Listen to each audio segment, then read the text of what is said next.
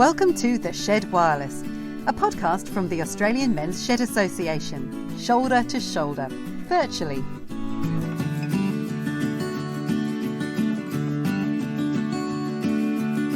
Hello and welcome. Coming up, we meet the first woman ever to be elected to the Australian Men's Shed Association Board of Directors and ask, why would she want to do that?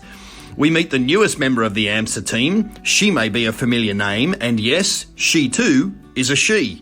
Professor John Macdonald examines what the shed of the future might look like. What is the magic formula that makes shedding popular everywhere from Tipperary to Tumut? Our international panel will discuss.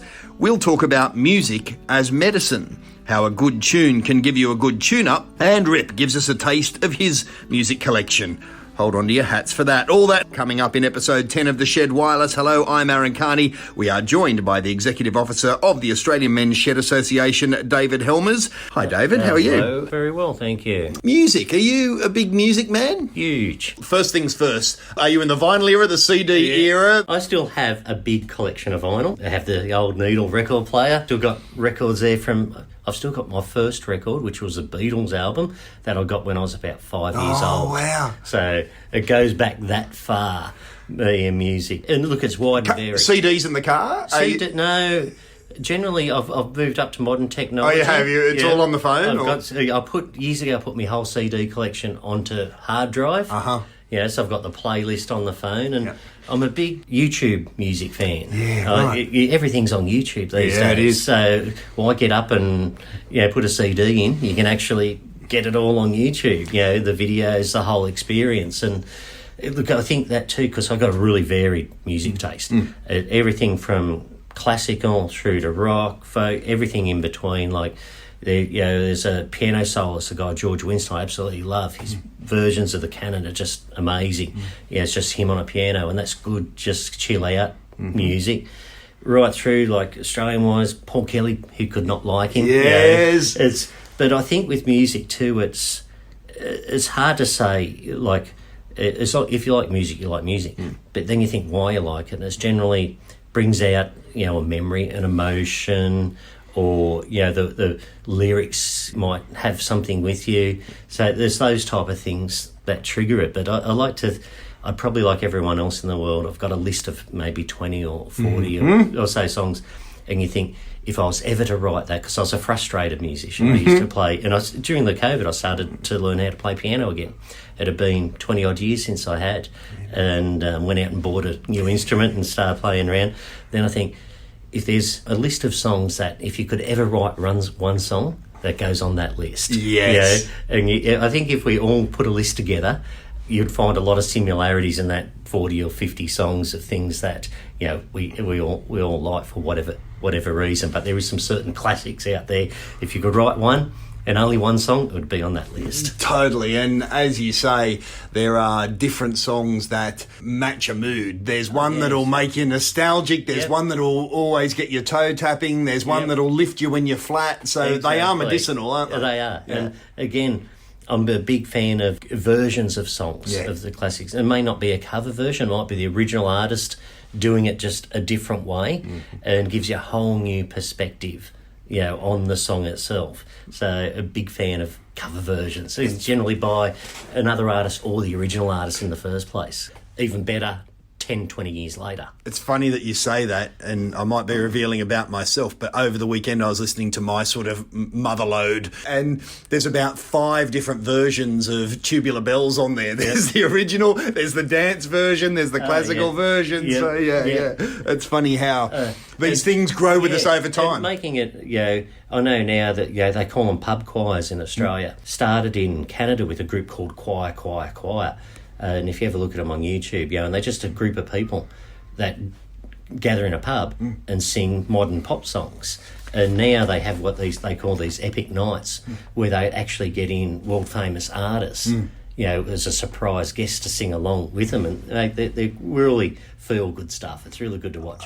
That was going off as a concept where I live, and then COVID came, and I only noticed yesterday that there's some online versions of those emerging now, where you do it in your own room and then they combine it into a giant thing. So exactly. It's a great initiative. in the mailbag this week, and we invite you to email us anytime, theshedwireless@mensshed.net. This is self-explanatory. It says, "Hello everyone, Gavin Smith, beekeeper in Petersham, wondering if you might have contacts in the beekeeping fraternity who lost hives, or if your club might be interested in joining us in the Beemergency program. Sydney Bee Club and the Inner West Beekeepers have combined with some of the men's sheds in Sydney to make nucleus hives and native bee hotels to rebuild colonies lost in the fires and the floods. I will attach the intro letter, which gives details of the project. We have over 100 made, and they are awaiting finishing touches. The virus has slowed us down like everything else, but we'll get there. 60 have been delivered to Elands, which is inland from Taree. Do you know Elands? No. I've never heard of that either, no. But near Taree. I look forward to hearing from you.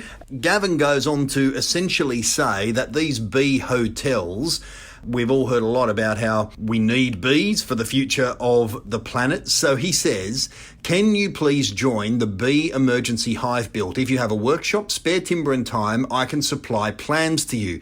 Some timber is available, new or secondhand, doesn't matter. Bees aren't fussy. They need shelter from the elements.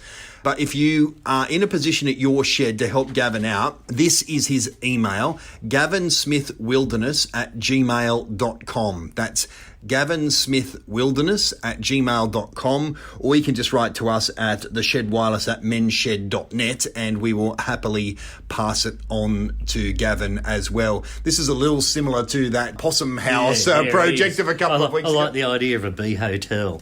Yeah, but there's been so much talk about we underestimate how important bees are in our ecosystem. So, and I heard some shocking stuff recently about the number of species that have been destroyed in the bushfires. So. Yeah, and a lot of bee species were struggling prior to the bushfires anyway. There's a lot of problems with that sector. So, yeah, we'll quite right. Put a shout out for them, and hopefully we can get some bee hotels built. The history-making Helen Barker is up next. David, you have been working closely with Helen and have followed her journey onto the board. She is one of the new specialist directors. Tell us a little about Helen before we meet her. With all the specialist directors, all the skills-based directors, we put an expression of interest out. We advertise these on all the websites, and Helen was one of, I think, 3 women who actually applied for that position. You know, it's got a background there in fundraising and events, so yeah, we thought it would be a nice addition to have someone much younger on the board as well. And yeah, she's come on earlier this year and been a great asset to us ever since. She tells us why she was motivated to get involved and talks a little bit about that fundraising past as well, and I think you'll get to see what a great addition she is. So we'll meet Helen Barker up next. You're listening to The Shed Wireless. There was a significant moment in the history of the Australian Men's Shed Association earlier this year when the new directors for the board were instated. One of them, a skills specialist who has been incorporated onto the team, is, wait for it, a woman. Her name is Helen Barker, and she joins us on the Shed Wireless. Hello, Helen. Hi, Aaron. How did you come to get involved with the Men's Shed movement? A very good question indeed. So my background is in the non-profit space, so in fundraising and marketing. So I've been doing that for the past 20 years. But just because that is my background doesn't necessarily mean, why does that mean you might be interested in joining or have an interest in the Men's Shed movement? For me, my interest comes from my father. So my family are in the UK, and my dad, probably about 5 or 6 years after he retired, just struggled so much with retiring and slowing down and stopping. And he had found himself in a volunteer role that was helping adults with a disability to do woodwork. And so he personally started to do that and learn all of these woodwork skills. And from that, he just ignited a passion for woodwork at the age of kind of whatever he would have been, probably 71 at the time, and just really started to get into a whole kind of new chapter of his life. And with a couple of the other volunteers who were there as well, they created a bit of an offshoot to the disability work that they were supporting, doing woodwork, to create their own little woodwork shop with him and two friends. And so for me personally, I just saw firsthand just the unique experience that Dad had, being able just to go off each day in the same way that he had gone to work. And for him, like, they had T-shirts made with their logo on for the woodwork shop and things like that, so they could really feel like they were doing it properly. Yeah, it was just such a lovely experience to be able to see him establish new friendships and get out in the community and really just have that sense of purpose that he just really struggled with for those first few years after he retired. So I really was inspired by that experience that my dad had gone through. And then when I saw everything that was happening with the men's shed here in Australia, could obviously see the parallels, but here it's so much bigger. And there are a few men's sheds in the UK, but it's nothing like it is here. And when I saw the opportunity that came up, that was advertised about a board position that was looking for fundraising and marketing experience, I thought for me that was a really nice way to be able to share my experience and my skills, but in a way that pays a bit of a legacy and a bit of respect to, like, the value that Dad got out of joining a similar men's shed experience. So, Helen, just to clarify, that experience of your dad's was not within an official UK men's shed, because as you mentioned, we do have some there. Yes, that's right. Yeah, so there isn't one for kind of 20 or 30 miles in terms of where Dad lived on the south coast of the UK. So it was just something that him and a couple of friends put together themselves. And so, so they kind of, I guess, fumbled along in terms of figuring out exactly what they were doing and what they were meant to be doing. And they did it in a way where they would make a few things, but I think their prerequisite whenever somebody asked them to do a job was that they wouldn't ever give anybody a timeline as to when it would be finished. They were more than happy to take jobs on, but they could never guarantee when it was going to be done. It was always going to be done to a great standard, but it may take a week or it may take 6 weeks. I quite like that business model. That's got something to recommend it, I think. Yeah. What about for you personally? Yeah. Why are you here and not there? Yeah, so I met my now husband in a skiing resort in Austria after university, and he is Australian. So we spent a couple of years travelling around together, and he decided that he wanted to come home, and I was kind of in my early 20s and thought, oh yeah, sure, I'll go to Australia, why not? And then kind of whatever it is, 16 years of marriage, 2 children and a house and a dog and all those things later, I'm still here. Do you now feel completely Australian? I'm always interested with people's relationship with their original home versus the place that they tend to spend the majority of their life. I think for me, I will always be English. That's never ever going to go. But I think certainly since having children, I think, and kids starting school and all of those things, I'm certainly feeling like this is my Australian home, and this is certainly feeling a lot more normal and sadly routine probably, and starting to feel like this is definitely where we'll be setting up home indefinitely. My wife is English as well, and I know that on some level she'll never quite get over the idea that her offspring speak with an Australian accent. Yeah, no, it's certainly weird, and I know that I or my family say to me that since having children that I've definitely become more Australian, and they are certainly very Australian in their accents. Well, I must say, given how things have gone down in the last couple of months, it's probably one of the best places in the world to be. Tell me about your day-to-day work.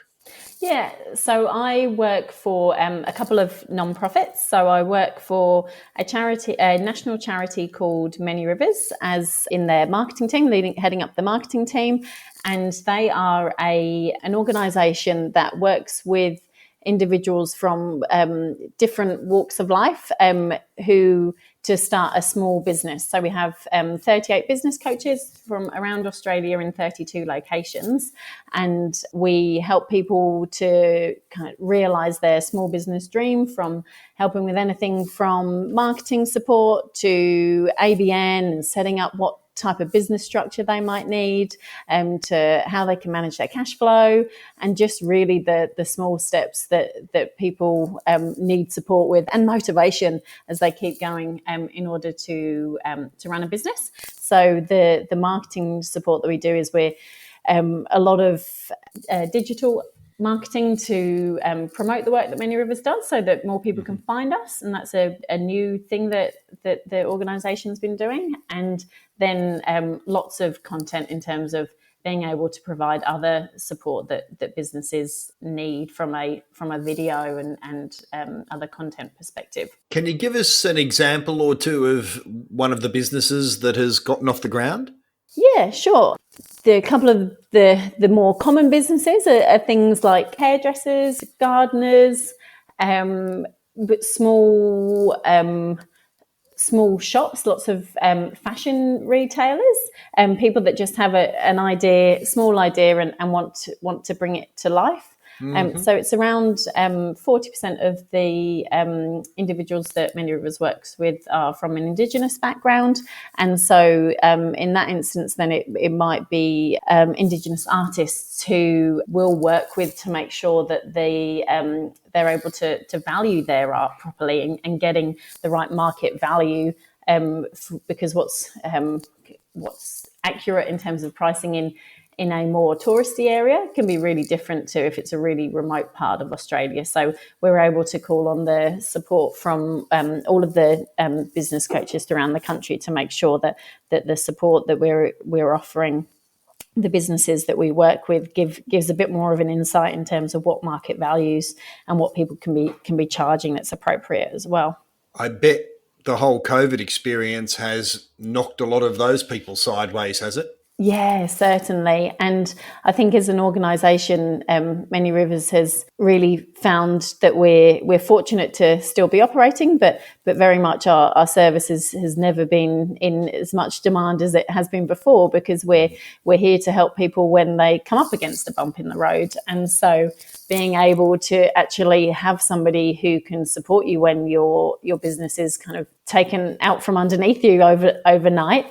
They've been able to talk through like issues like cash flow, or how do you navigate all of the government stimulus packages that are right for different cohorts, and so we've certainly seen that the immediate response was that a lot of the businesses did cease temporarily, but certainly over the past few weeks that's starting to change, which is really, really positive. The largest impact really is in more remote and regional areas that are so reliant on tourism, and they're the businesses that are certainly doing it the toughest. Yes, and we've spoken to a few men's sheds in a few of the towns that rely on that, and that is very much the reality, to say nothing of bushfires and the various other things that have had to be dealt with across Australia in the last few months. I have to ask the question because it is the men's shed movement and you are a woman. How do you navigate gender politics, and what are your gender motivations in all of this? I kind of looked at it probably more innocently than having a more probably a feminist stance to say like there definitely should be a female on the board. It was more around seeing an opportunity and thinking, I think I might be the right person to get involved and might be able to share my experience and skill set with there. So for me, it certainly wasn't gender motivated, but I'm certainly really happy to be the first female to join the board, and hopefully won't be the last as well. No, indeed. And this is a strictly personal observation. The comments of the host do not represent those of the AMSA board or the AMSA management. But exactly that. There's a strong sense that you provide a uniquely female voice and perspective, but it's within that human context rather than some sort of gender policing context. And you certainly bring that vibe to the table. And even the most strident old school man first believer would be hard pressed to argue that everything isn't improved by some gender mix. And that's certainly been the board experience. It is a skills based directorship. So specifically, what are the skills that you were elected for? Yeah, so fundraising and marketing. Whilst my current role doesn't have a fundraising or business development component to it, I spent the past 15 years in a number of fundraising roles across different charities. So certainly, I've got a mix of experience in terms of understanding both government funding, but also how more community-based and corporate partnerships, philanthropy and trust and foundations. So I was very fortunate to have the support from the government in terms of the funding, but it's certainly an opportunity for the team as an organisation to make sure that in terms of being able to have a sustainable funding base that's not just reliant on one source, being able to start to consider what other fundraising foundations we can look to do on top of what's already happening. There is a strong corporate partnerships and there's a really good foundation in terms of the sponsors that are on board, but being able to consider what the future might look like and what other funding support might be needed just to create that sustainability. Yeah, and again, I'm putting all sorts of caveats in place that this is you and I just shooting the breeze, but we are both on the board of directors. And so it's important to say we're having a personal conversation, but it does seem to me, particularly when you see what is going on in other parts of the world and also knowing the motivations of many of the men at the men's shed, there is a real opportunity with philanthropy to develop the idea that somebody might leave a small amount to ensure that their shed continues into the future or something like that. There's some real growth potential there. Would you agree? Yeah, definitely. And I think that where I've always been passionate about fundraising is that it's not just a case of just asking someone for money and feeling like a salesperson, but it's about how do you create that genuine relationship between a person that wants to give and make it easy for them to give in the right way, in the way that's right for them.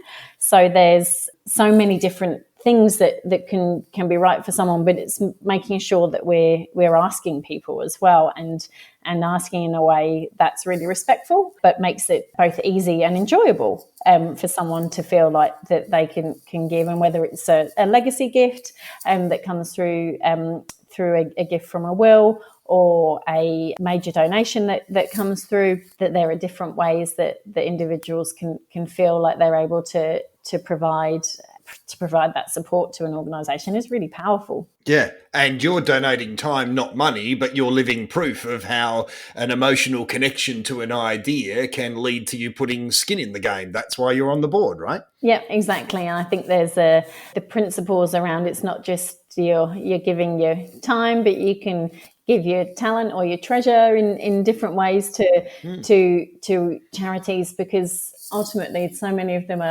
are built from community and kind of grassroots initiatives, like particularly like the Men's Shed movement. I know that there isn't a high level of knowledge around this, and probably for good reason, because it's very boring, but you and I joined the board on the same day. We're the two noobs that are... We are indeed. And how do I say this respectfully to our esteemed colleagues on the board? We probably drag the average age down a little when we joined. Yeah. But we are learning, well, I'll speak for myself. I'm learning a lot from the other people on the board, and I'm deeply indebted to the way we've been incorporated into the board system. Yes, yeah, definitely. I think, I know that I not only tick the gender diversity box, but I tick the age demographic in terms of being a little bit younger by a few decades, I would say. Then maybe you might even be a bit younger than me by a few decades, but anyway, yes. But I think and this has been great for me to see that an organisation that is open to getting that governance insights from a different demographic as well. So I think that there's so much value that diversity can bring to any organisation. So really fortunate, and thank you to all of the board members, other board members for making us both feel so welcome over the past few months. It's been a really great learning experience. So great to meet you, Helen. As I say, I really enjoy your company and the time that we get to spend together. Well, it's been virtually lately, but hopefully it will be actually again in our board commitments. And thank you for telling us a little bit about your life and how you came to be a part of the shedding movement. My pleasure. Great to chat, Aaron. Helen Barker, who is a recently installed member of the Australian Men's Shed Association Board of Directors.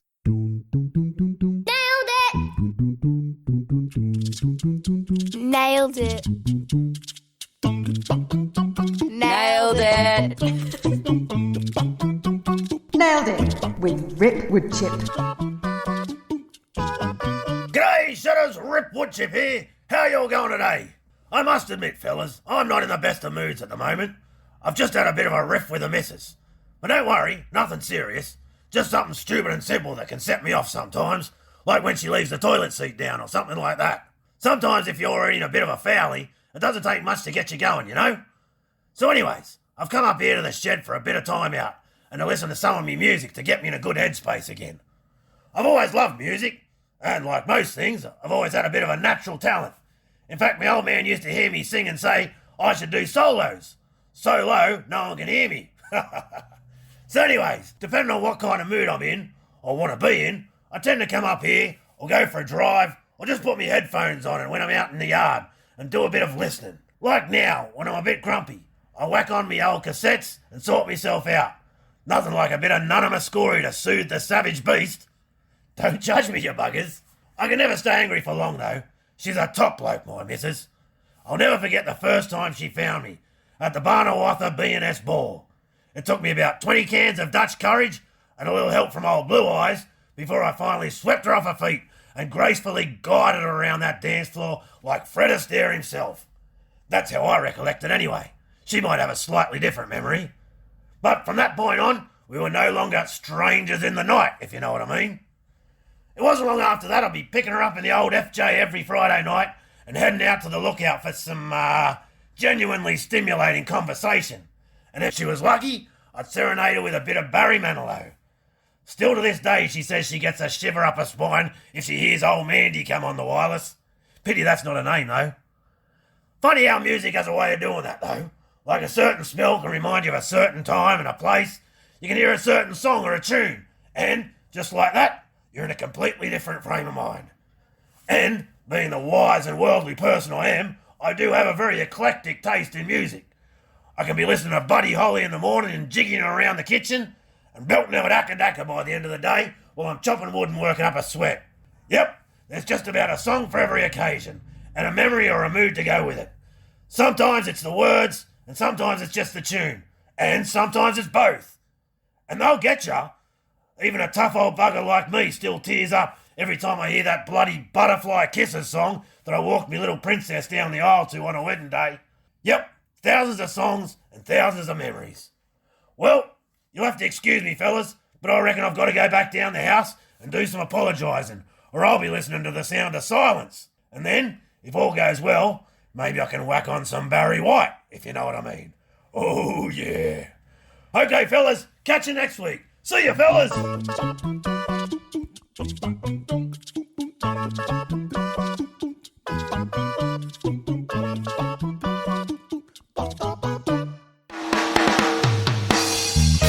Staying strong, staying sharp, and staying healthy with the Shed Wireless.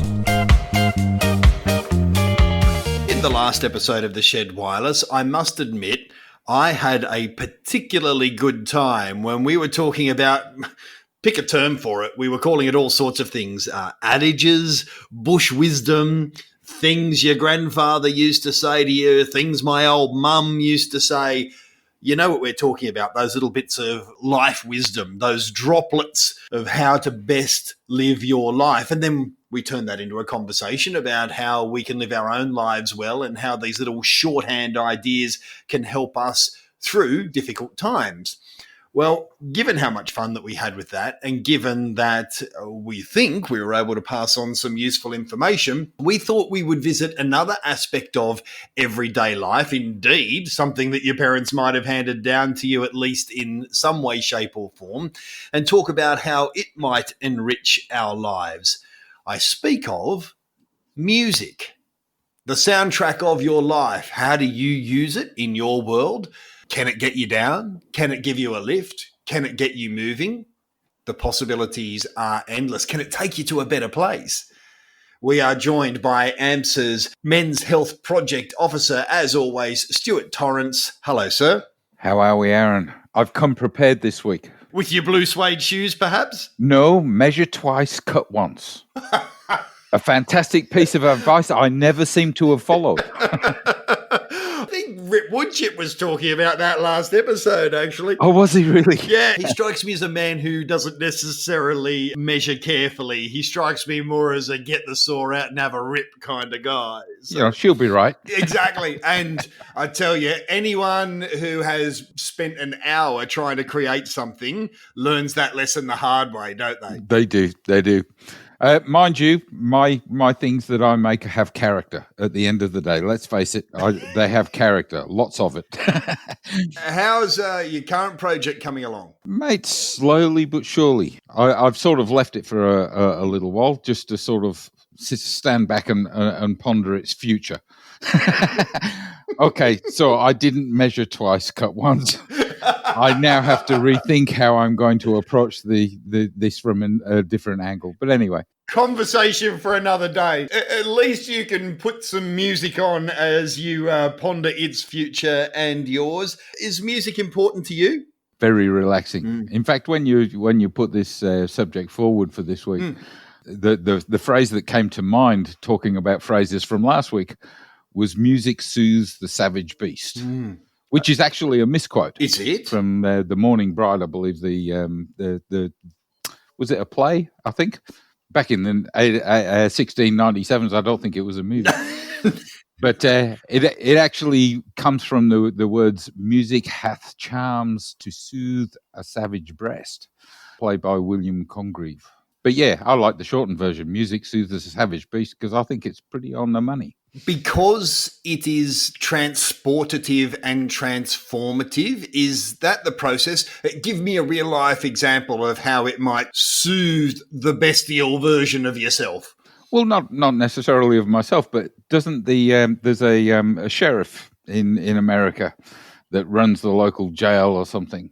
He paints the walls pink and he plays classical music in the background, all to soothe the inmates. And he hasn't had a riot, uprising, or any disputes for a long, long time. I know in my own personal world, I get in the car, I've been wound up, I've maybe done a presentation and I'm beating myself up because I didn't feel like I did it justice. I'll turn on the music and the toe starts tapping and then the groove gets on and then I hopefully have the windows wound right the way up so no one hears me, but then I join in. Once I've cut loose, I feel restored, I suppose, by the music I'm playing.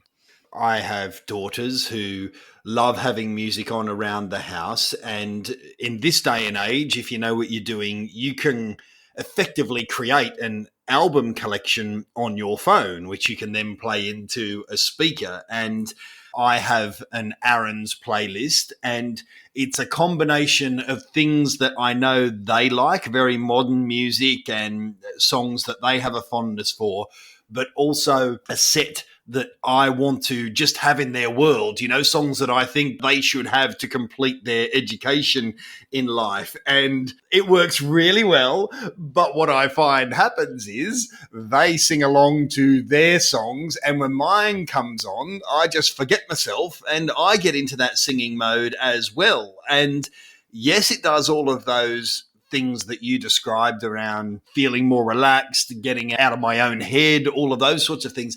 But the other thing is it makes me feel like, I know this is a bit of a loaded term, but I'm in a safe space. Like I'm amongst friends, I'm with my intimate family, and I can just be myself because I'm damn sure I ain't singing karaoke or getting up on stage to sing. So the fact that I'm belting it out in my own house means I'm in my happy place, you know? Absolutely, and I'm with you on that karaoke thing. Let's never go there. I saw a thing yesterday said, of all the martial arts, karaoke does the most damage. I like that. Yes, there would not be a single person listening who couldn't relate to what we're saying on some level. Music is hard woven into everybody's life to a greater or lesser degree, even if it's just the song you remember from your mum's funeral or Amazing Grace or whatever the thing is. But there's actually some science to all of this as well, isn't there? I think it was Carl Jung, a Swiss psychiatrist, who said music should be an essential part of every analysis. In other words, when you look at somebody, don't just look at the person. Look at the thing that made them who they are, and music is a huge part of that. As in previous conversations, I've told you I've worked with Dementia Australia, and a lot of dementia clients are now finding relief from their situation by just plugging in their favourite music, locking out the rest of the world, and just getting back to the basics and absolutely loving every minute. There's people that have actually come alive just by hearing music in that circumstance. Elton John said, music has healing power. It has the ability to take people out of themselves for a few hours. And I think that's so true. That's the exact turn of phrase I used about 3 minutes ago. It gets you out of yourself, doesn't it? And the other thing, Bob Marley said, one good thing about music, when it hits you, you feel no pain. I like the guy. Yeah, obviously Bob Marley never went to karaoke. What does the music that speaks the most to you, what is its flavour? Is it from your childhood? Is it from your swinging teen and 20s? Is it modern music? How do you use music in your world? Yeah, good question. When I think of what you've just said, it takes me back to my youth, my childhood. And I remember in probably those moments, you know, when you've got those growing pains and you're not sure about who you're going to become or, you know, what you've done or anything like that, and you feel sort of empty.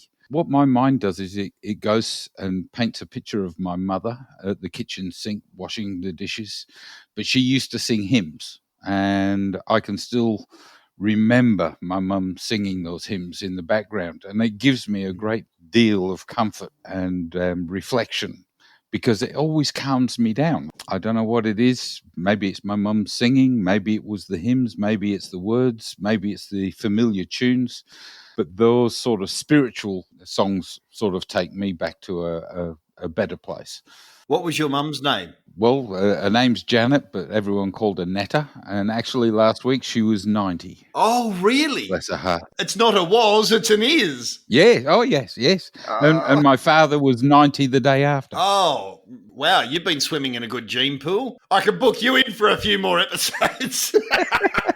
My father always says every year, the day of my mother's birthday, he says, I always liked an older woman. Well, they've been together 70 years. I bet he's been telling that for 70 years, has he? Well, I think it's a lot more than that, because they went to primary school together. They've known no one else but themselves. So what a story. Take my hat off to them. 90 and an amazing life. An amazing life. The reason why I asked is the exact description that you gave evoked some famous lyrics for me. When I find myself in times of trouble, Mother Mary comes to me, speaking words of wisdom, let it be. That's more or less a paraphrase of what you just said, except if it was Netta rather than Mary. Absolutely. I like your approach there. Neil, Louis Armstrong, I found this quote: "Music is life itself." Louis Armstrong. See, that's incredibly simple but incredibly profound, because it actually brings up another thing that you said earlier. And that is, one of the things that I think might be a useful takeaway is that when you are 14 and you discover a certain kind of music, and presumably when you are 84 as well and you are discovering a certain kind of music, one of the things that music does is it says to you, whatever I'm feeling right now, I am not the first person to feel that. That if I am lovesick, or if I am lonely, or if I'm ecstatic, or if I want to dance, or if I'm pondering how quickly life goes, whatever the emotion is, there is a song that has expressed that emotion. And on that level, at least, it tells you you're not hoeing a lonely road. You've just taken me back to every heartbreak I've ever had in all my life, Aaron. All those women that have broken my heart, and I've sort of hugged the radio for days thereafter. Pardon my indulgence, everyone, but you know, Sinead O'Connor, that famous song, Nothing Compares to You, remember? When she shaved her head. Yes, and the whole film clip is just her standing crying on screen. Well, that song was a hit as my first real love ended. I have strong memories of driving down the highway sobbing because Sinead knew my pain. Oh, you've taken me there.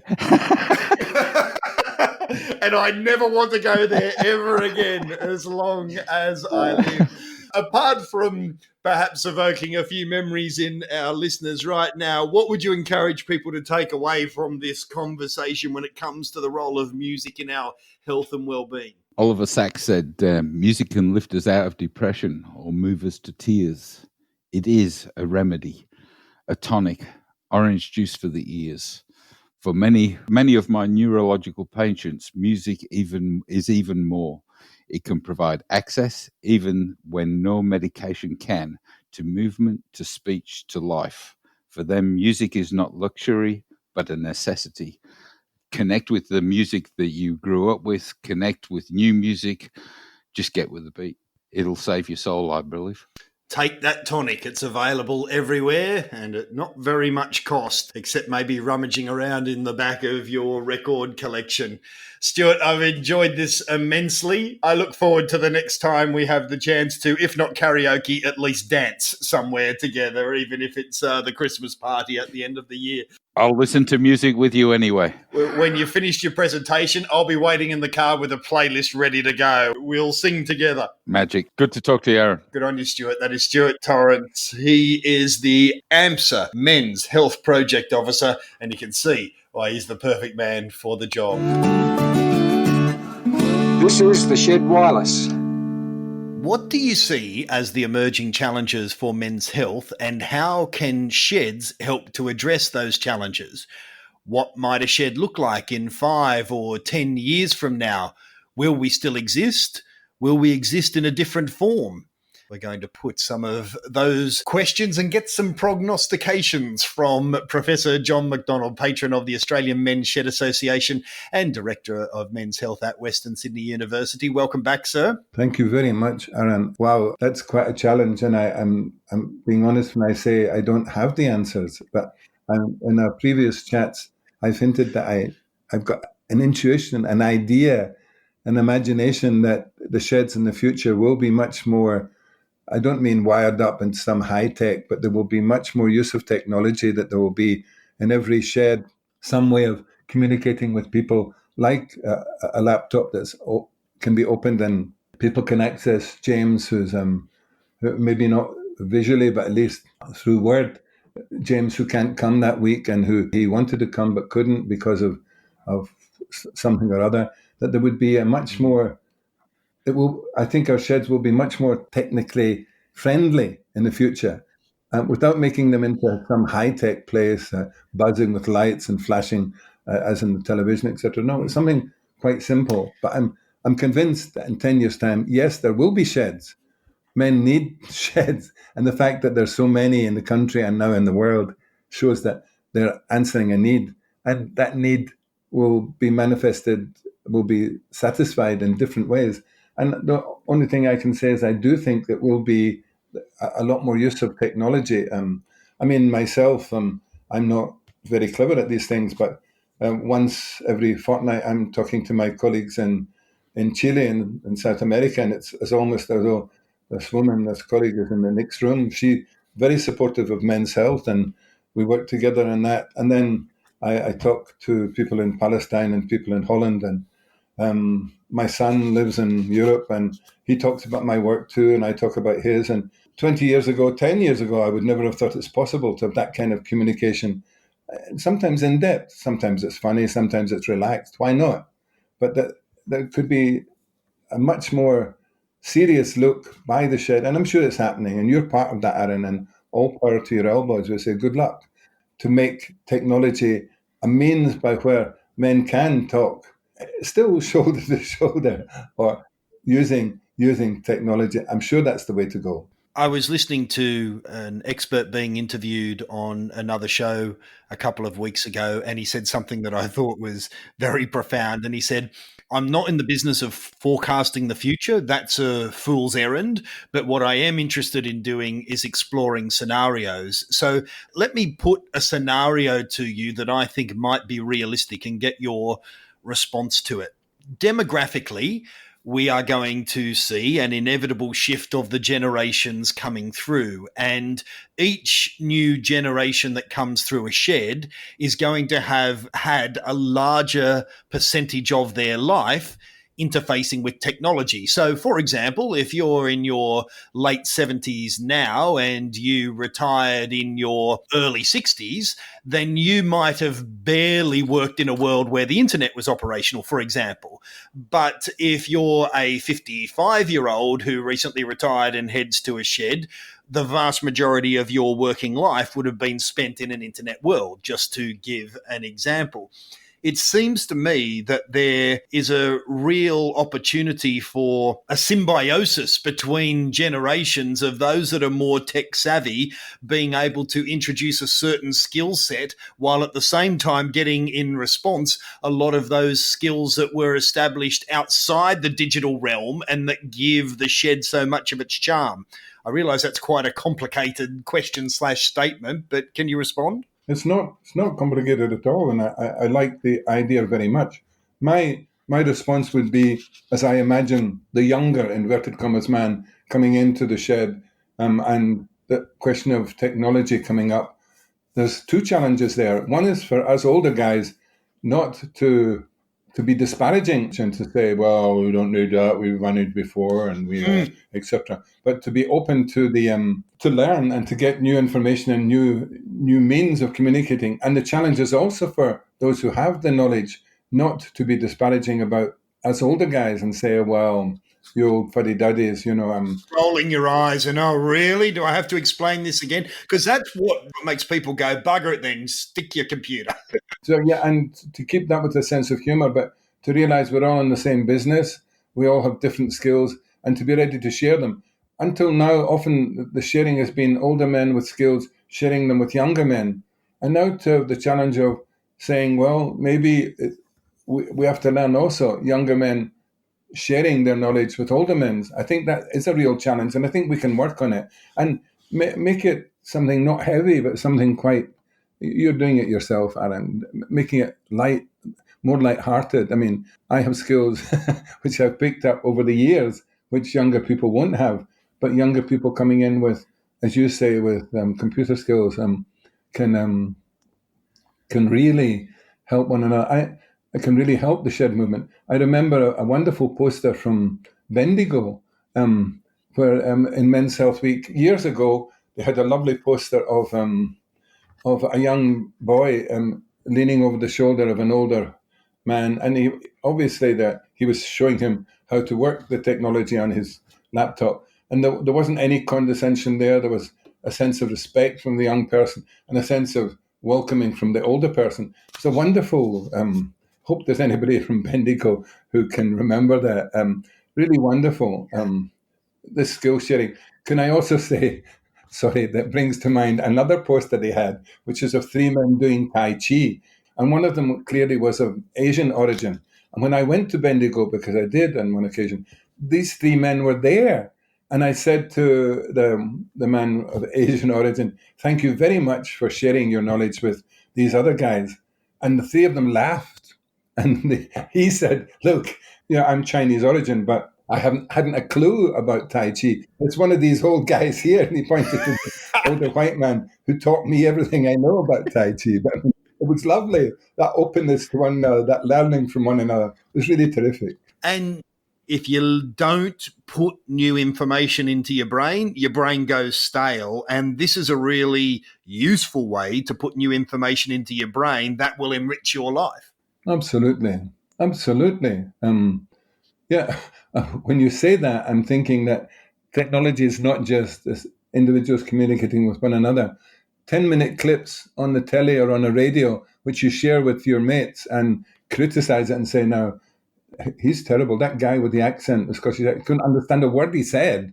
Well, no, maybe one of the things he said was quite useful. I mean, that's sharing with one another. I know, and sorry, I am a professional now, an academic. I know that learning together is really reinforcing. It's really in itself a joy, and it reinforces, as you're saying, it improves our mind, it's the brain itself, but it's also a way of learning which is much faster and much more fun. And has a real world dividend where it can actually make your life that much more enjoyable. I could talk to you for hours. I do talk to you for hours. I have loved catching up with you over the last few episodes of the Shed Wireless, and it won't be the last time we speak, but thank you so much for your perspectives. Please stay warm up there in the mountains. Please stay healthy amid these crises that we find ourselves in, and thank you for all that you do for shedding and just for the thinking that you do, because it really, a lot of us get to enjoy the sheds without putting too much thought into it. Some people get to enjoy the sheds by putting all of the administrative and logistic thought into it. But somebody needs to sit above the whole thing and try and make sense of it all. And we value what you do in that regard. Thank you, sir. That's quite a challenge, Joe, for me. And I feel quite modest about that. But I'm certainly very happy to be involved in any way I can. So thank you very much, Aaron. Professor John Macdonald, patron of the Australian Men's Shed Association and Director of Men's Health at Western Sydney University. You're listening to the Shed Wireless. Catching up with our mates in the Irish Men's Shed Association has become a bit of a habit here on the Shed Wireless in recent times, because we just love having a yarn with them. In previous episodes, we've talked about the state of shedding there, and we talked about the growth and development of shedding in Ireland over time, but we wanted to catch up about what I'm going to call the brotherhood of shedding. What is it about shedding that works in various locations, even when the country, the climate, the culture and the background of the men completely changes? There's something at the heart of shedding that translates across all of that. What is it? The gentlemen we've assembled to take on that question are Barry Sheridan, the CEO of the Irish Men's Shed Association. G'day, Barry. Aaron, delighted to be back. Welcome. Irish Men's Shed founder John Avoy, welcome back to the Shed Wireless. Thanks a million, Aaron. Always nice to chat. And Australian Men's Shed Association Executive Officer David Helmers is with us as always. Thank you, David, for your time again. Hello, everybody. Good to be back with you. I want to start by asking you all the same questions. And David, I might come to you first, given that this was something that travelled from Australia to Ireland. What is the difference between a shed that you walk into in rural Western Australia or in suburban Brisbane in Queensland and one on the outskirts of Dublin or over on the west coast of Ireland? What are the differences?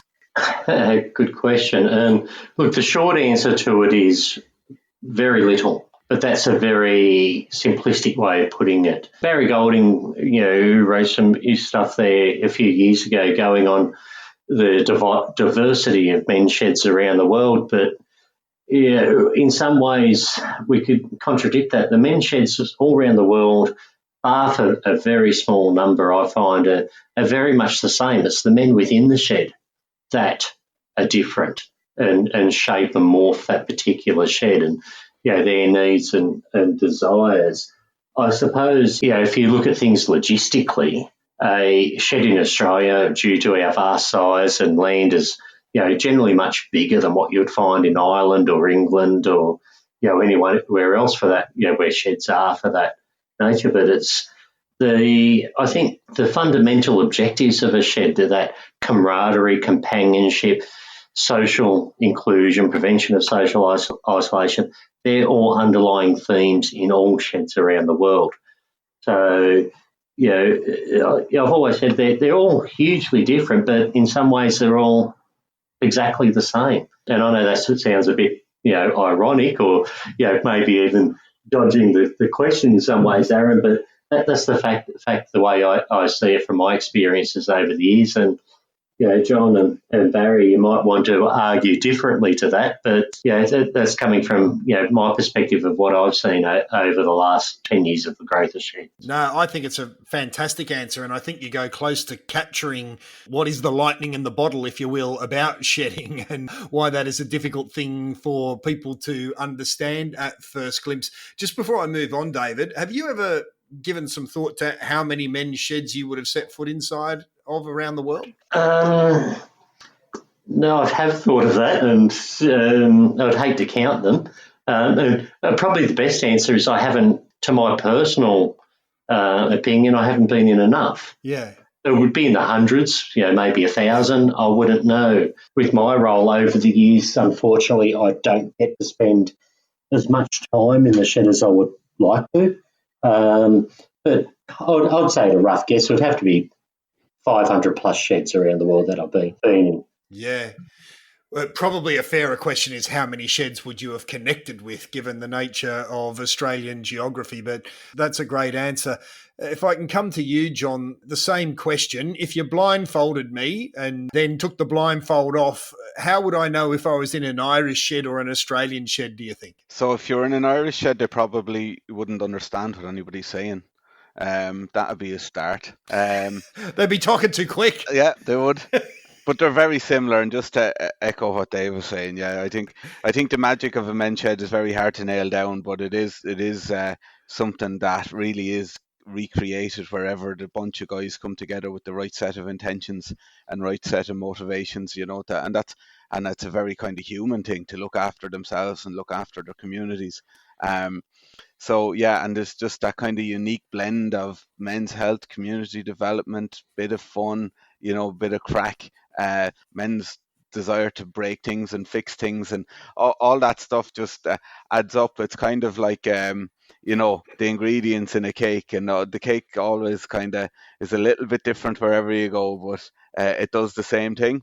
Like, I mean, listening to Dave there, and I was just thinking some of my travels with Dave, and we've been in some very unusual settings. We were in a shed in Malmo in Sweden, in a basement one time, and we had like a pizza with a banana on it. So that was one unusual one. I've been in sheds in Kenya, in Africa, and even though another completely different setting, you still get the same attitude and camaraderie and togetherness and goodwill, and it's just phenomenal, really.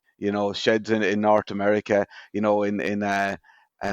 Canada, for example, and we were like often talking about how do they get on in the winter, and they just don't. Some of the sheds in Winnipeg that we visited go down to like 40 degrees below zero in the winter centigrade, and it's just, but they still manage to maintain the shed ethos and the shed kind of togetherness, which is phenomenal.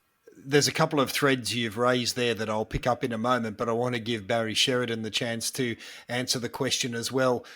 Is there something distinctive about an Irish shed or an Australian shed, Barry, in your experience? Yeah, I think the guys have really nailed it there, John and Dave. It's. I think we can bring it back to the kind of values. It's. I remember walking into my first shed in Australia, and I was so blown away that, apart from the accents, you could have been in Connemara, or you could have been in Kerry, or you could have been in Belfast. You could have been in any shed in Ireland, because that's kind of the values and the environment and that sense of togetherness was so evident that it nearly brought you home, and it nearly brought you back to what you knew from sheds in Ireland. And it kind of just, it so amazed me that, it was so similar.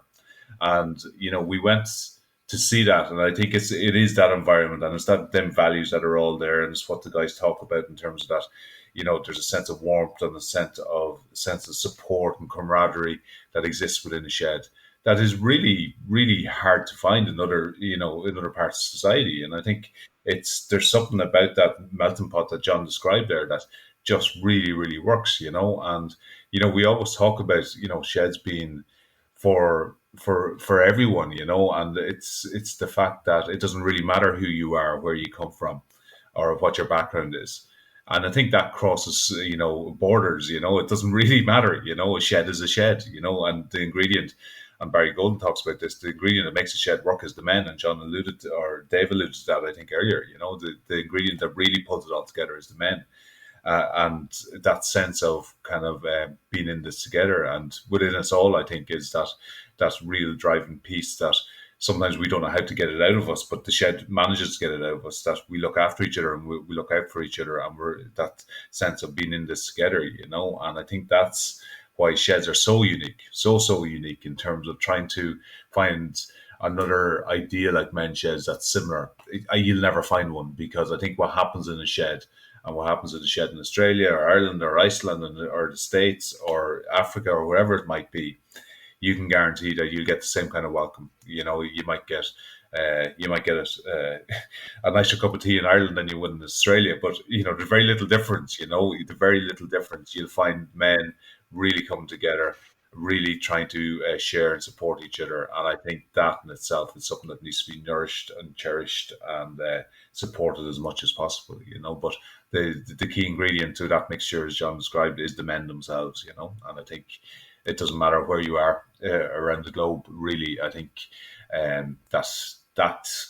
sheds can break down them borders and kind of really thrive in any environment. Don't think that cup of tea cheap shot went unnoticed either. Just quietly.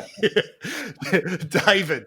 Yeah, and look, just commenting on what John and Barry have both said there, and I'm glad John raised the point there of Malmo in Sweden. And I've quite often said when I've been asked this question, the only shed I've ever been into around the world that was uniquely different was that one in Sweden. Would you agree, John, where it was full of younger men and they were expats, and it had a lot to do with the social demographics in the area, but it was a very unique shed. They did the traditional things of woodwork, metalwork. They had a mighty fine home brew station and a distillery tucked away in the corner as well. But most of the guys there were under the age of 35. It was a very unique and totally different shed to anything I've seen before. And you both made the references there. You just had to put it in there about the language problems. And I suppose, when we look at that, we've got to give a bit of a shout out to our mate Stevie in Armagh, and John and Barry probably having a little smile there, because if you can understand Stephen, you can understand anybody in Ireland at all. We'll give Stephen a bit of a shout out. He's been around the shed movement in Ireland for a good decade or so as well. Yeah, he's a good guy, Stevie. Yeah, excellent. He is a good guy.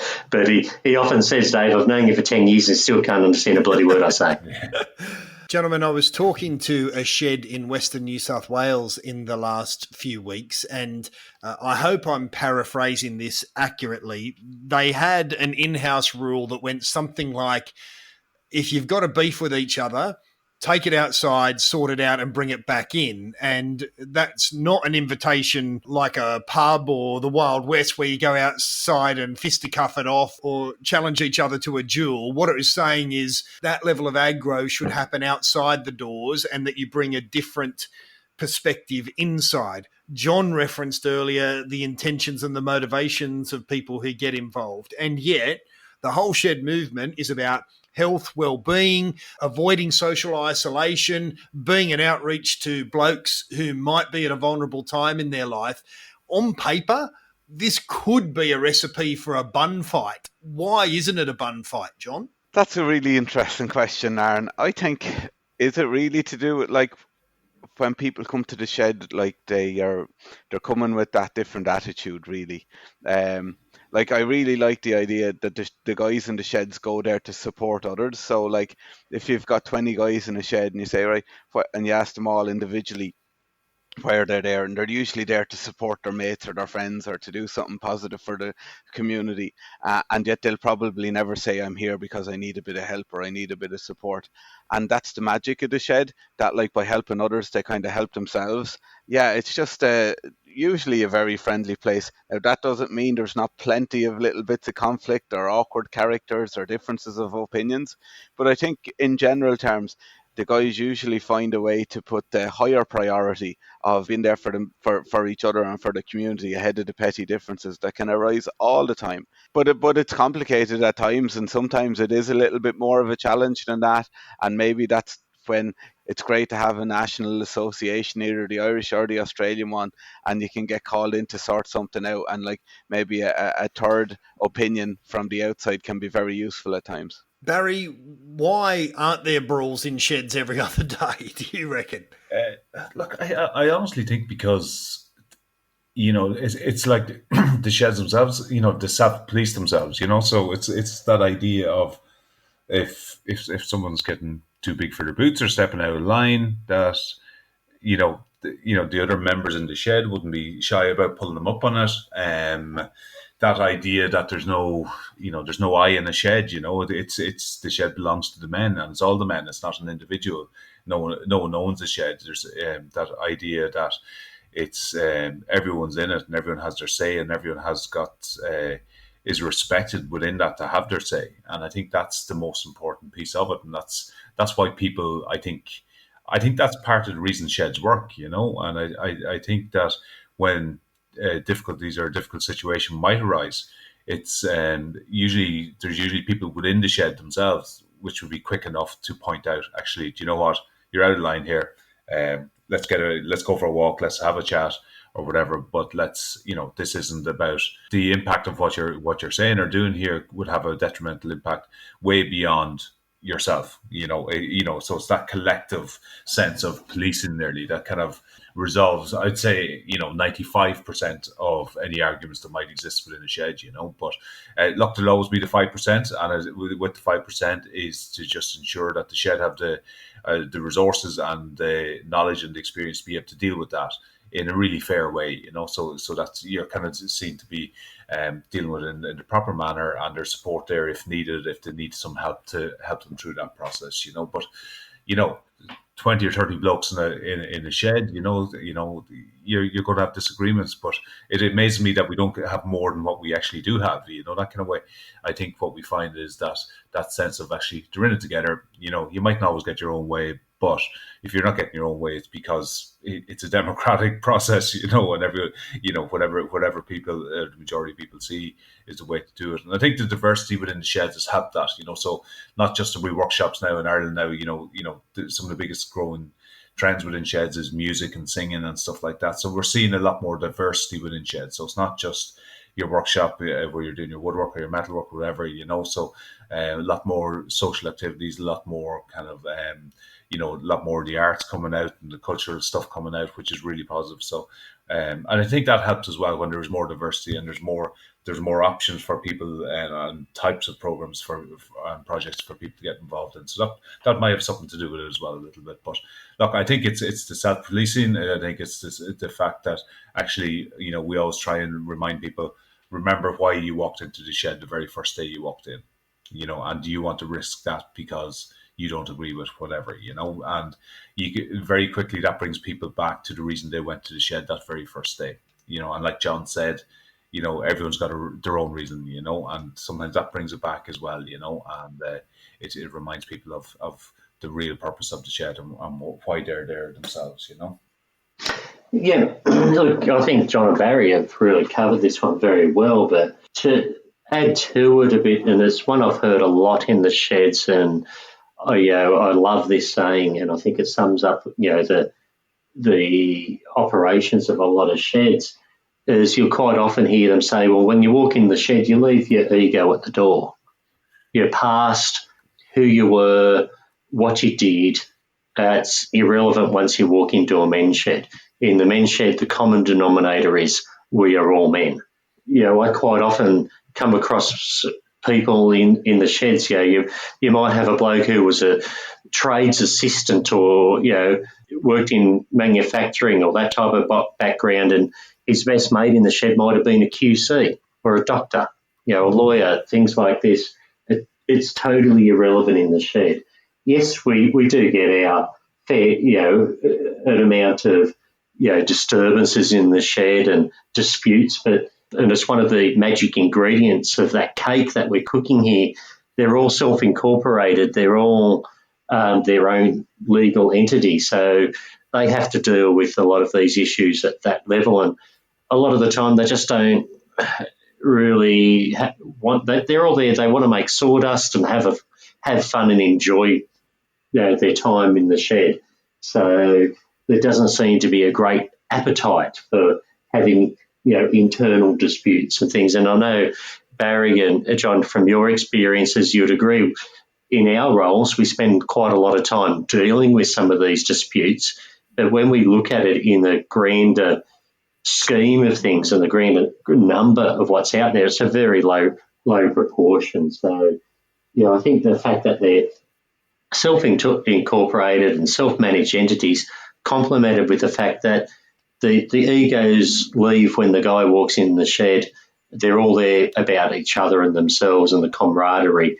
I think that alleviates a lot of that problem. David, there was a grand and exciting plan to get together with Barry, John, and a whole heap of other people from Ireland and right across the world, but that's on hold at the moment. Is that right? That's right. At about this time, I should have been over there in Galway, which I've never been to before, and I was quite looking forward to it, with Barry at the International and the Irish Men's Shed Association's conference, and catch up with John, hopefully later for a game of golf or two. But that hasn't happened this year due to this COVID. But I believe, Barry, everything's been postponed for about 12 months. Is that correct? Yeah. So we're working closely with one of the big universities here in Galway, and obviously with everything going on at the moment, we're due to have it now during the summer. So we postponed it for 12 months. They're really keen to have us back next year. We're just waiting to figure out the date, and it was really exciting for us because we wanted to put a global focus on it, so we wanted to share not just our story, but other countries to share their stories, with Irish sheds, and we had, I think, nearly 1,000 tickets sold. So it was going to be the biggest event that we've ever put on here. We were going to have sheds from all over the world coming together and sharing their experiences and learning from each other. But do you know what? I think what it's going to do is going to give us something to really look forward to next year, So we'll get through these difficult months. We'll get the sheds back up and running. And then we've a real good run into probably next summer again, where we've got something big, where we've got something really to celebrate. Hopefully we'll be back, we'll be stronger than ever, and we've an opportunity to kind of share and learn from each other, and really looking forward to that next summer. Well, we had, as you know, we had about 30 Australians all primed and ready to come over and participate in the conference, and hopefully by your summer, next year there, that the travel restrictions have lifted enough and the men are comfortable with him continuing with those travel plans and coming over there. So hopefully we'll have the biggest contingent of Aussies that we've ever had at an Irish Men's Shed conference. You've been to a couple of them, or you've been to a few of them now, Dave, at this stage, Yeah, I've been to all of them now. Yeah, I know. So we actually, I think what we have is that we're really excited about that thought, the thought of, a coach full of Aussie blokes from sheds around Australia come to visit our sheds, and we could do a tour with them and show them around and stuff. I think we can't underestimate how powerful that is, not just for the sheds here, but hopefully for the guys coming to visit. We had 25 coming from Iceland. We had a big gang coming from the UK and Canada, hopefully as well in the States. So, I think it's something that, we've talked a lot about sheds, and we've talked a lot about kind of what the impact they've had at a local level, but we can't underestimate, that like sheds have really gone global now, and this movement is only growing and growing. And, sometimes we have to take a step back and just stop and reflect and go, do you know what?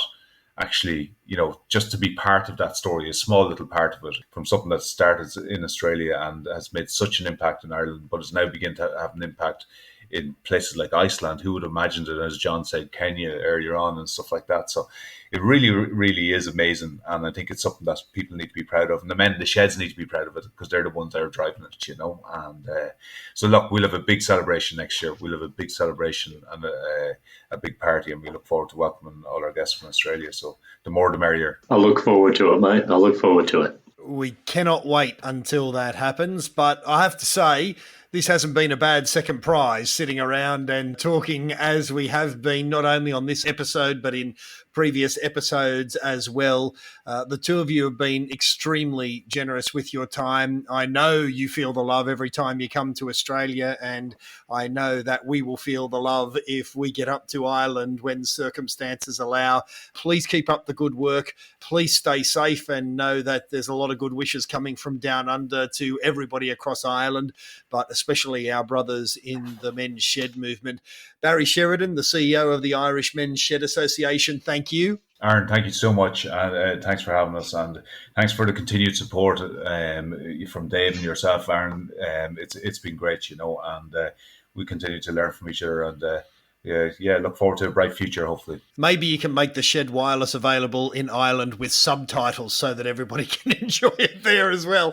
Irish Men's Shed founder John Avoy, thank you very much for being so general with your time. Absolutely. We look forward to sharing it. And Australian Men's Shed Association Executive Officer David Helmers, thank you very much. The golf courses of Ireland are poorer for your absence in 2020, but they are on notice for 2021. Thanks very much. Yeah, thanks, Aaron. Thanks, Barry, and thanks, John. I think the only thing the golf courses in Ireland are poorer for is my lack of abuse, mate. That's about it. Thank you, gentlemen. Thanks for being a part of the Shed Wireless. Now on the Shed Wireless, let's see who's working in the shed. And we have a new recruit working in the shed this week. Her name is Helen Clare. A couple of weeks ago, you met Emma, who was in charge of all of our communications at AMSA. Well, Emma is off to have a baby, and Helen has picked up her tools, as it were. Hello, Helen Clare. Hello. Helen's babies are older. Yes, they can pick up their own tools. That's exactly right. And in fact, they do. I've got a 16-year-old who spends a lot of time in the shed, loves his carpentry. He's doing it for school, possibly might go down that path as a career path. Granddad was a carpenter, cabinet maker. So there you go. There's a shed that's very busy at my place too. We talk a lot about the importance of generational change and making sure that there's a supply of men for the future of sheds. So you've already made a contribution in that regard. You would not be entirely unknown to some of the people listening, particularly those who have a history either with regional television in New South Wales back in the day or more recently ABC Radio. This is true. Yeah, I, as a young journo, when I finished my university degree, I used to work for Prime Television in Orange, and our patch was quite a big part of the Central West, regional New South Wales, and that was good fun for a few years. I got to read the news for a few years there, and I had a longer stint with ABC Radio and used to talk on the radio on a Sunday morning. Statewide, so across Indeed. New South Wales. Yes. Once upon it feels like ages ago now. Yeah. And how have you found yourself at AMSA?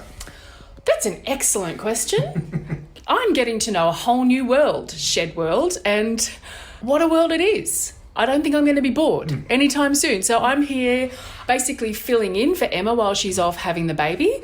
So far, so good. I'm pretty new. 6 months ago, if somebody said to you men's shedding, what were your perceptions? I've done a lot of interviews over the years about sheds, so I know what they are, I know what they do. There's a shed in my suburb where I live, which is really active. So I guess I've always had this opinion of it as a great thing for older blokes to do. But to be honest, I had no idea how big the movement was. I had no idea that there were 1,200 plus men's sheds around the country. I didn't know that it all started here and has spread around the world. So I've learned a lot, and what an organisation it is. I like the fact that I'm working for a valuable movement. There are a couple of themes that keep coming through with anybody who's associated with shedding. One is nearly all of us fall into it somehow. Nobody wakes up one morning and says, I'm going to get involved in the shedding movement. You just you wake up and you are in the shedding movement somehow. But secondarily, that idea of we feel like it is something that is a valuable contribution, and I sense that you feel that as well. I really do feel that as well. I think the fact anything that gets people connecting is almost it's almost a stereotype these days, isn't it? It's one of those words you think, oh, yeah. It's a bit of a buzzword. But anything that gets blokes, mainly blokes, I know there are women's sheds too, and there's female involvement in sheds, but gets people talking and feeling included and doing something valuable and not sitting in a chair, getting old, lamenting the loss of this mobility or that mobility as we get older. And I'm getting older too.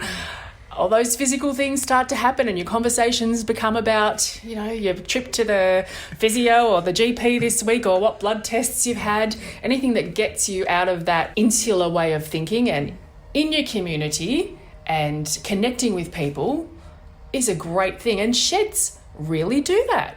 Earlier this episode, we spoke to Helen Barker, another Helen who is involved in the shedding movement, and she is the first ever woman to be on the Australian Men's Shed Association Board of Directors. In some ways, I'm embarrassed to have to ask the question, but I do think it's one that people are interested in.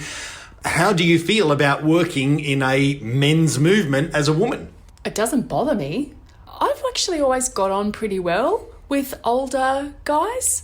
My late neighbour comes to mind, just as one. Ron lived across the road from me, and he actually was going to be involved in the setup of the men's shed, which was brand new there, and he passed away, and it was a great loss. But we were mates. Yeah, I like the company of older blokes. We get on all right. Well, from my perspective, anyway. As I like to say, you can't hang around on the planet for that long and not have something interesting happen to you at some point. So there's always stories, right? And you're in the storytelling business. Heaps of stories. No. Heaps of stories. And I'll sit down and I like having a chat with anybody who I've always enjoyed a real conversation. I don't like talking rubbish. I don't like all of the... Not a Kardashian? Not a Kardashian? No. Not really your speed? But I enjoy a real conversation. Does that make sense? That absolutely makes sense, and you're probably in the right place. If you're in comms in AMSA, you'll have some conversations. I don't like talking crap. No. Well, there might just be a pinch of crap. I can't promise there won't be any crap talk. There might be a little bit of that. Helen, thank you for working in the shed with us this week, and welcome on board with AMSA. Thank you. Great to be on the wireless. We've pulled the door closed on this episode of The Shed Wireless, thanks to Helen Barker, the first ever woman to be elected onto the AMSA Board of Directors, Professor John Macdonald, John Avoy and Barry Sheridan, Helen Clare and everyone who contributed. And thank you to everyone who has been a part of Series 1. That first 10 episodes brings to an end our opening series, which has grown into quite a beast, given that it was almost an emergency response, wasn't it? And now, going by the feedback and looking at how many numbers of people listening to it's just amazing. And yeah, it was a reaction to a situation, but it's now going to be a valuable asset, another tool in the shed for AMSA. So we're going to continue it on. We'll be back. I'll be seeing you again in Series 2. Indeed. And we'll take it from there. We're going to get a bit more out and dirty on the shed floor in Series 2, we hope. Well, Series 1 we didn't have a shed floor because everyone was in isolation. Now that we do, we'll get back into the shed. They're out there making man candy, so let's go out and roll in the sawdust with them, and looking forward to actually getting out there and talking to a few of the sheds and hearing what they have to say. So if you have an interesting project that is going on, like the bees we heard about earlier, or the possum boxes, or some table that you're building for the local council, whatever the thing is, we would love to hear about it. We'd just like to learn about your sheds. Everyone gets something from hearing how another shed operates. If you've got an interesting person operating in your shed, we'd like to talk to them as well. Really, we'll come chasing you, but also we would love you to put your hand up, and it doesn't have to be you individually. You do it on behalf of your shed or a shed mate. Just email us at any time, theshedwireless@mensshed.net. theshedwireless.net, theshedwireless@menshed.net, because we would really love to connect with you. As I say, get out there on the shop floor and bring alive some of the stories of what's going on in sheds across the country for your fellow shedders. So please make use of that service and you can be a part of Series 2. I just want to say a big thank you to everybody behind the scenes here at AMSA who has worked really hard to make it happen. The vision from you, obviously, David, but also Emma, who has now gone off on maternity leave, worked really hard. Helen Clare, who's stepped in. Marty Least has been a huge support behind the scenes. Stuart as well.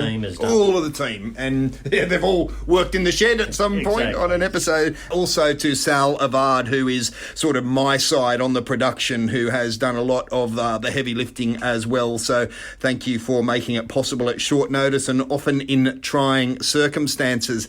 So, of course, even though we won't be back for a couple of weeks, we will be back. And in the meantime, I'm pretty confident every single one of you hasn't listened to every single conversation that has happened in the 10 episodes so far. They exist online, so by all means, get on there and have a listen. You can listen through Apple iTunes, Spotify, YouTube, Red Circle. I was talking to somebody who heard us on community radio the other day. Wherever you find us, please subscribe so that each new episode gets delivered straight to you, and then you won't have to worry about when Series 2 turns up. It'll just be in your phone or on your computer because you're already a subscriber. But the main thing we need from you is to spread the word. Not everybody is au fait with how podcasts work, so that's where we need your help. Send them an email, include us in the newsletters. I know lots of the sheds that we're already talking to are doing that. Word of mouth, ring a mate, however it needs to happen. Just tip someone else into it. There's great conversations happening online as well at mensshed.org, and a lot of the things we talk about here have a genesis there online, and you can join in. And of course, as David mentioned earlier, this was a response to COVID and trying to battle the social isolation that it brought to many of us. Just because things have changed, it doesn't mean that social isolation has ceased to be an issue. So if you are experiencing a mental health crisis, please call Lifeline Australia on 13 11 14 or Men's Line on 1300 99 7899. That's 1300 99 7899. And if you go to our website, there's a ton of resources there that will be a jumping off point to everything else that you need. And that is just mensshed.org. You can't go too far wrong. If you just head there, it's a window on everything else. So on behalf of David Helmers, I am Aaron Kearney saying thank you for listening not only to this episode, but supporting the entire Shed Wireless concept and shedding more generally. It has been a real honour to bring you the first 10 episodes, and I can't wait to see where we head next. So we'll see you next time around on the Shed Wireless.